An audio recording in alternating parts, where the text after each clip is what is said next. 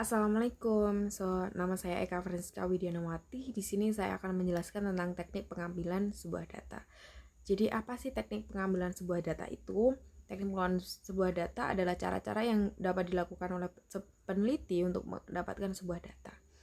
Teknik pengambilan data ini juga sangat membutuhkan sebuah instrumen, dan instrumen itu apa? Sebelumnya telah dijelaskan oleh teman kita Feni Ayu dan Mahasin. Kemudian teknik pengumpulkan data ini adalah langkah-langkah yang paling penting dalam sebuah penelitian. Karena apa? Karena di dalam sebuah penelitian tujuan utamanya adalah untuk mendapatkan sebuah data. Kemudian teknik pengumpulan data yang diperlukan di sini adalah teknik pengumpulan data yang mana yang paling tepat sehingga benar-benar didapatkan hasil yang valid dan reliable. Kemudian teknik pengumpulan data ini dibagi menjadi 3, yaitu ada observasi, kuesioner, dan interview. Yang pertama ada observasi atau pengamatan. Jadi observasi ini biasanya digunakan oleh para peneliti untuk mengetahui gejala alam atau perilaku manusia yang respondennya cukup sedikit. Karena jujur saja ketika kita mengobservasi respondennya yang cukup banyak, itu kalau menurut saya cukup kewalahan. Mungkin itu bisa, cuma untuk teknik ini kurang tepat. Kembali lagi, kita ingin mendapatkan sebuah data, teknik mana yang akan kita pakai, kita harus memilih teknik yang paling tepat. Seperti itu. Kalau observasi ini cocoknya untuk responden yang tidak terlalu banyak. Kemudian kalau dilihat dari proses pelaksanaannya, ada observasi partisipatif dan observasi non-partisipatif. Kemudian apa sih observasi non-partisipatif?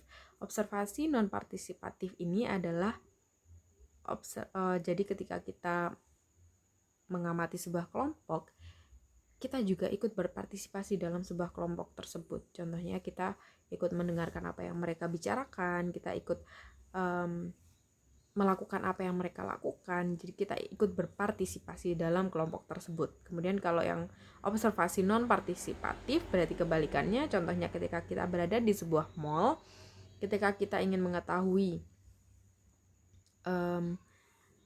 barang mana sih yang paling banyak diminati oleh pelanggan, jadi kita hanya mengamati dari jarak jauh, seperti itu.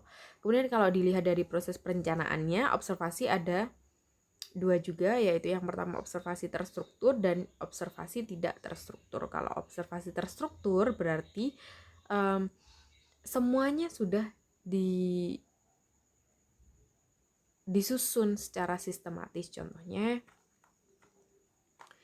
Contohnya adalah instrumennya sudah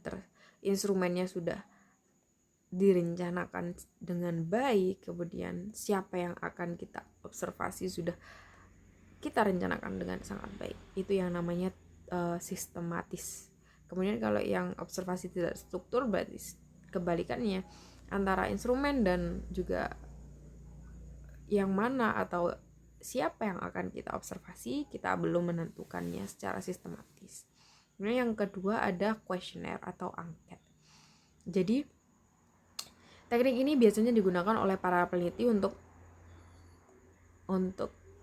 meneliti yang membutuhkan responden yang cukup banyak, seperti itu.